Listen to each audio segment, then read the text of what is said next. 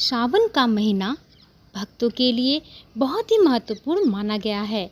भगवान शिव की आराधना के लिए सावन का महीना सबसे उत्तम बताया जाता है। हर साल भक्त इस महीने का इंतजार बड़े ही बेसब्री से करते हैं, क्योंकि मान्यता है कि सावन में की गई शिव जी की पूजा विशेष फलदायी होती है। साल 2026 में सावन की शुरुआत 30 जुलाई गुरुवार से होगी। वही सावन माह का समापन 28 अगस्त शुक्रवार को श्रावण पूर्णिमा के साथ होगा। इस दिन रक्षाबंधन का पर्व मनाया जाएगा।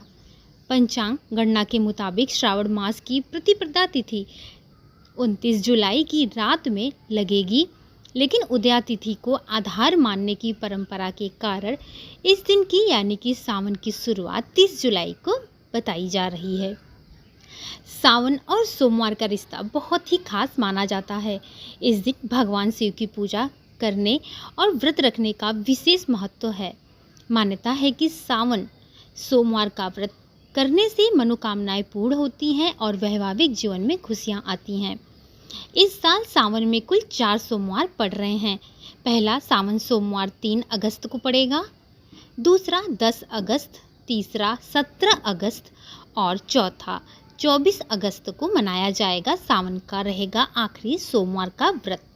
सावन के इन दिनों में देश भर के शिव मंदिरों में सुबह से ही भक्तों की लंबी कतारें देखने को मिलती हैं। श्रद्धालु जल, दूध और बेलपत्र इत्यादि अर्पित कर भोलेनाथ का आशीर्वाद प्राप्त करते हैं। सावन के महीने में मंगला गौरी का भी व्रत करना अत्यंत शुभ बताया जाता है। जैसे भक्तगण सावन के महीने में सोमवार का व्रत धारण करते हैं, उसी तरीके से कुछ लोग मंगला गौरी यानी मंगलवार का भी व्रत धारण करते हैं। सावन का महीना माता पार्वती की पूजा के लिए भी बेहद शुभ माना गया है। इस दौरान पड़ने वाली बेहद ही शुभ मंगला गौरी की पूजा की जाती है और मंगलवार को व्रत भी रखा जाता है। खासतौर पर वैवाहिक महिलाएं अपने पति की लंबी उम्र और पारिवारिक की सुख शांति के लिए यह व्रत रखती हैं। साल 2026 में 4 मंगला गौरी व्रत भी पड़ेंगे।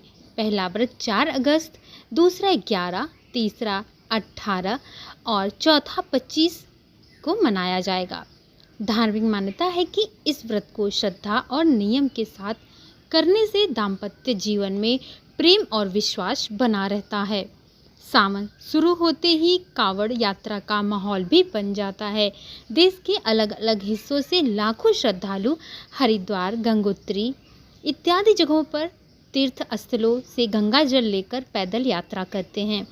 इसके बाद शिव मंदिरों में पहुंचकर भोलेनाथ जी को जल अर्पित करते हैं। हर साल सावन में कांवड़ियों की बड़ी संख्या सड़कों पर देखने को मिलती है। इससे यह पता चलता है कि सावन के महीने में भक्तगण कितनी श्रद्धा के साथ भोलेनाथ का पूजा आराधना करते हैं।